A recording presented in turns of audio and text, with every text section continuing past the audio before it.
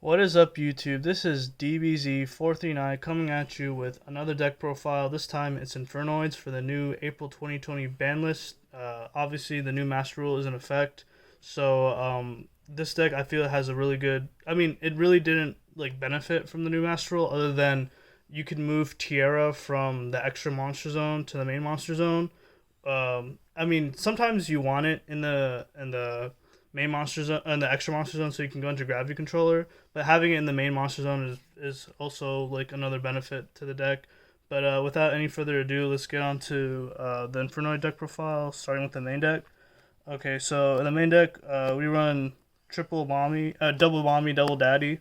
So basically, this one on summon destroys all monsters on field, and this one on summon is heavy storm on field on summon, and then on field, Onuncu's effect is to basically tribute a monster and negate a spell or trap. And then Devyaty's effect is to tribute a monster to negate a monster effect and banish it. Actually, they banish. And then to summon these guys, you can summon them from hand or grave, but you have to banish three. For the other big ones, we run one Attondel, one Seitsemas, and one Pure Mace. Attondel is good because it's a big body and it can swing twice, which is important. And in fact, the big ones, just in general, are really good because their effect to banish from grave, they all three of them have the same effect as a quick effect during either player's turn. You contribute a monster and banish a card from your opponent's grave. So this is important because being able to tribute on your turn with Lair on field generates you tokens, which is really important because all the rest of the Infernoids, they only tribute on your opponent's turn, which makes Lair not as doesn't give you as much mileage out of Lair because you want the tokens, because then you can use those tokens for tribute fodder for link plays down the line. But so Attondel is the one that if he attacks and sends to grave, he can attack again in a row. Seastemus is really good in terms of controlling the game state, because you can essentially banish at the end of the battle phase if he attacks, and it's non-targeting banish. Premace is just there for Void Feast. Next are the small Infernoids. I run triple Patrulea. This one's pop spell or trap, but he can't attack for the rest of the turn. The one Harmadik. I used to run multiples, but now just in a format where a lot of things are indestructible, it's not as good, but you just still want the one of. The one Antra, you could argue it's better than Harmadik because it bounces. And then obviously your wild card, triple Decatron. It's the card you want to summon off of Monster Gate. You don't want any other cards like I used to run the Gamma package, so sometimes you'd hit the driver, but the Decatron is the card that you want to get out of Monster Gate. Okay, that's it for the monsters. I think it comes up to about 15 monsters. Onto the spells. We have Triple Imagination. This card is almost your win condition because it's like a Shadal Fusion for 6, as long as your opponent has extra deck monster. And it's not a hard one per turn, so if you open multiples of these and your opponent negates it or pops it, you can activate another one, as long as they have. So against Salad, they'll try to roar or rage it. Then if you have another one in hand, you can activate it. And then you run triple Vanishment, which searches the Imagination or the Feast. But you run. This is a blind second build. I forgot to say that. This is a blind second build, so you always want a second. And this will get you into Imagination. And one really important thing about this card is when you pitch to search a Void spell or trap, it will lock you into Infernoid monsters. So the reason why that's important is because if you use this to get into Imagination, you cannot gravity control that turn. So if you want to get rid of your Tierra, you're gonna have to dump an Ents and pop itself. So that's the main play you do. And then obviously the card that you don't search into this deck, so you have to maximize the consistency. You have to run triple Pot of Extravagance. Without this card, I mean, the deck becomes really bricky, even if you go second and start with 6 cards. A budget replacement I recommend is Perform Pal Popper Up, although that does lead to a lot of damage, so you gotta be careful with that. Next up is kind of like another power spell of the deck is Monster Gate. You always want to open this card because it helps get Decatron on field, and it's really good in tandem with Lair of Darkness, being able to sack your opponent's monster on their turn. Because usually what happens is, pretend you're playing Spiral, you activate Lair, they'll usually respect the Lair, and then when you activate Monster Gate after establishing Lair on field, tribute is cost, so they can't pop it with Spiral sleeper agent as long as you sack the sleeper agent, because on activation it'll tribute the sleeper agent. So that's a really good interaction. This card is just makes the deck really insane, being able to tribute on your opponent's turn and controlling the board. Next up, I run the double Mystic Mine. This card is actually really good in this deck because you don't really swarm board. So you drop this, and then you can slowly make your plays. Just like Monster Gate, Imagination, Summon Decatron, and just slowly control the state. And then also your monster's tribute. So like you can, if your opponent tries to, let's say at the end phase, trying to make your monsters equal to the number of their monsters, you can always tribute your monsters to kind of like avoid that. The other going second card is Double Lightning Storm. This card is insane.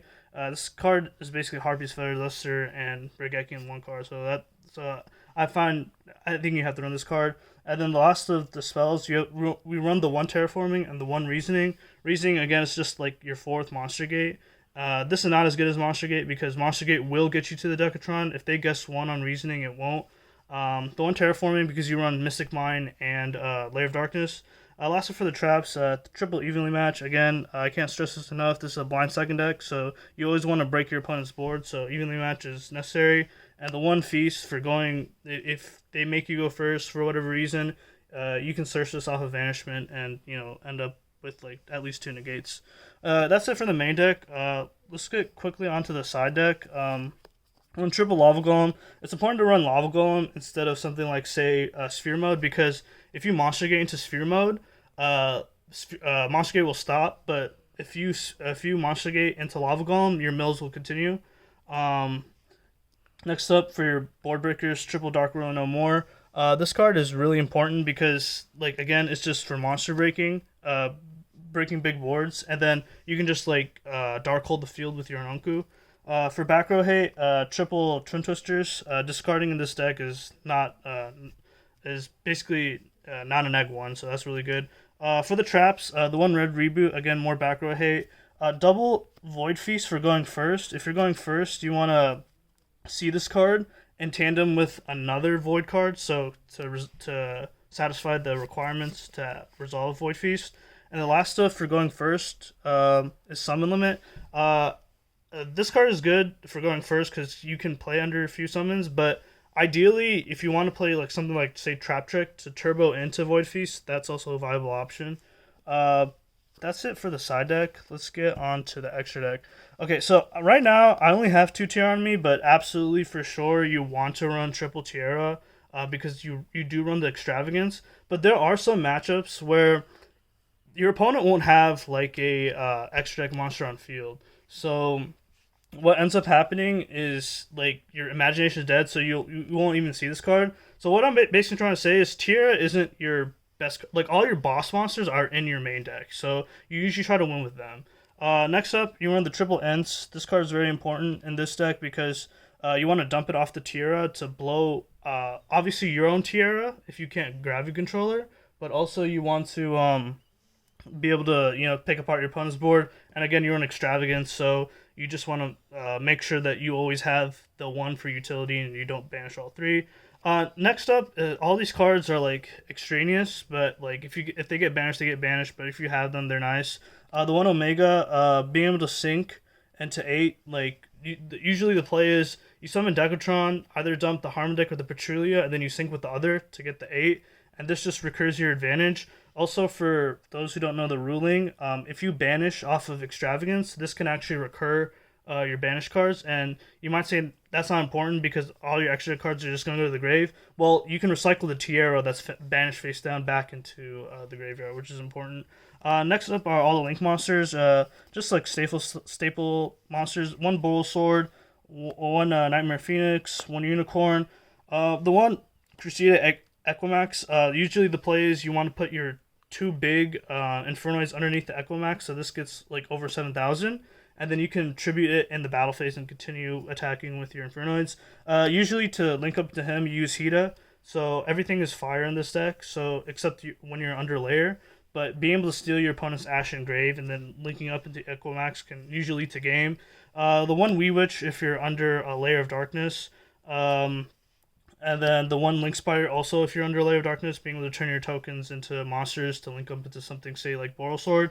And the last of the Link monsters, we run the one Barricadeborg Blocker and the one Gravity Controller. This is kind of cool because you do run 2 field spells and Lair and Mystic Mine. So if you mill like most of them with Monster Gate, say, you can recur it during end phase. And the one Gravity Controller, again, like to unlock your levels with Tierra, because Tierra is well over 8.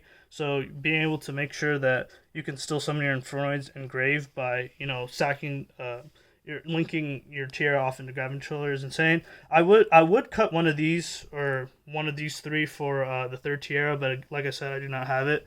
Okay, that's it for the deck profile. Thanks so much, guys, for watching. If you have any comments or questions, please leave it down in the comment section below. I really love to read your guys' opinions. Let me know what you think about this deck in the new Master Roll, and have a nice day.